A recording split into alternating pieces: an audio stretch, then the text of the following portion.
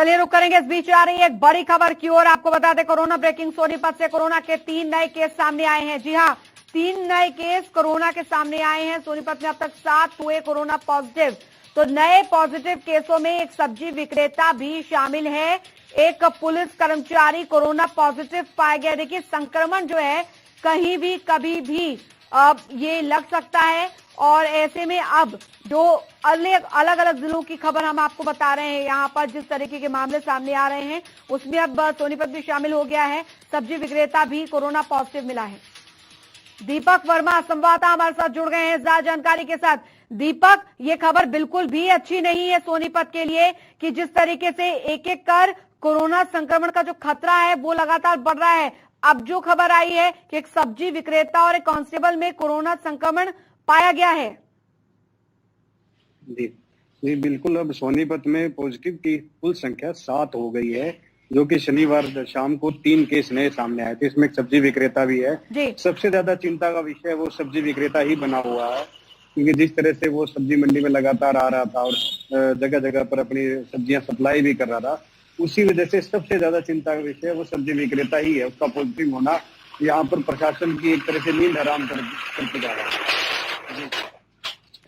अच्छा, फिलहाल अभी क्या स्थिति यहाँ पर बनी हुई है, और क्या अब ऐसे इलाकों को रेड जोन या ऑरेंज जोन में बांटा गया है जहां पर जो कोरोना का संक्रमण का खतरा जो है वो ज्यादा है, या जो नए मामले सामने आए हैं उन इलाकों को सील किया गया है?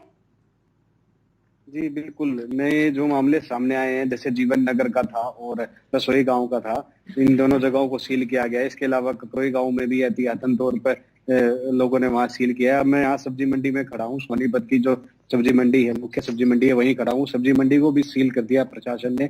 अब मेरे पीछे देख सकते हैं, यहाँ पर पुलिस की गाड़ी भी खड़ी है, और जबकि दूसरी ओर यहाँ पर रेहड़ियां और कुछ और इंतजाम करके सब्जी मंडी को पूरी तरह से सील किया गया है। अभी तक ये सुनिश्चित नहीं किया गया है कि सब्जी मंडी कब तक सील रहेगी।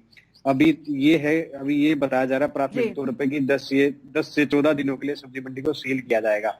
अब पुलिस प्रशासन भी मौके पर है, और भी अधिकारी मौके पे हैं यहाँ पर, जो जिन्होंने सब्जी मंडी को सील किया था। देर शाम को ही ये कार्रवाई कर दी गई थी।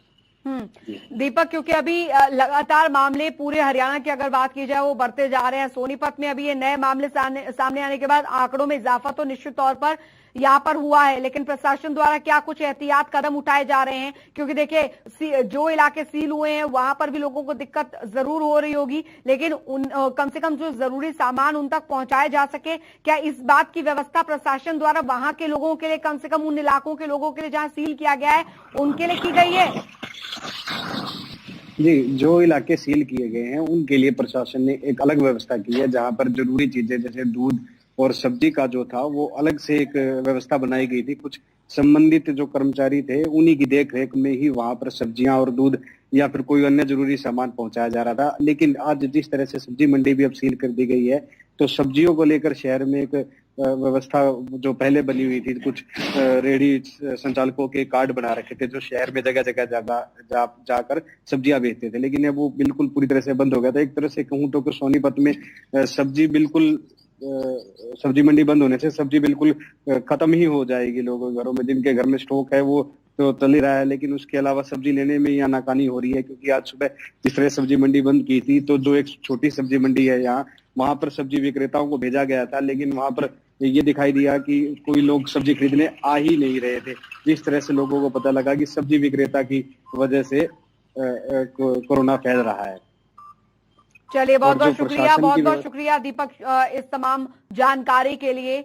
तो कुल मिलाकर अब लोगों में ये भी डर बैठ गया है कि अगर हम सब्जी खरीदने जाएंगे तो कहीं ये जो वायरस है वो उन्हें भी ना पकड़ ले, क्योंकि सोनीपत में ये जो मामला सामने आया है कि एक सब्जी विक्रेता में दरअसल इसके ये संक्रमित पाया गया है, और जिसके बाद अब लोग जो हैं वो काफी डरे हुए हैं। हालांकि सोनीपत के कई जो इलाके हैं उन्हें सील भी कर दिया गया है, और प्रशासन की तरफ से कोशिश यहाँ पर ये की जा रही है कि उन इलाकों में जरूरी सामान की जो दिक्कतें हैं वो कम से कम ना हो, इस बात का ध्यान रखा गया। और ऐसे में देखो, अब हम आपको स्क्रीन पर ये भी दिखा रहे हैं, देखिए